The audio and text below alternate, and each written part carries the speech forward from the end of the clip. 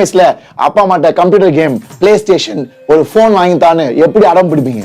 அதுக்கு பிளான் பண்ணி, டார்கெட் பண்ணி, பிளாக்மெயில் பண்ணி, அம்மாவை ட்ராப் பண்ணி, அதுக்காக படிச்சு பண்ணிருக்கீங்களா?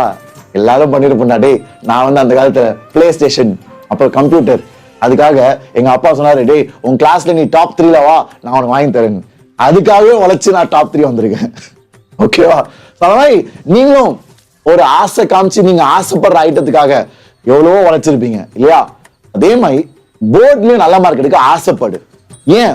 ஏன்னா உன் வாழ்க்கையில உன் கூடவே வரும்டா உன் மார்க். அதை ஃபர்ஸ்ட் புரிஞ்சுக்கோ.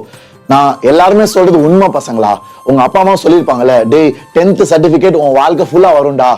அது உண்மை பசங்களா?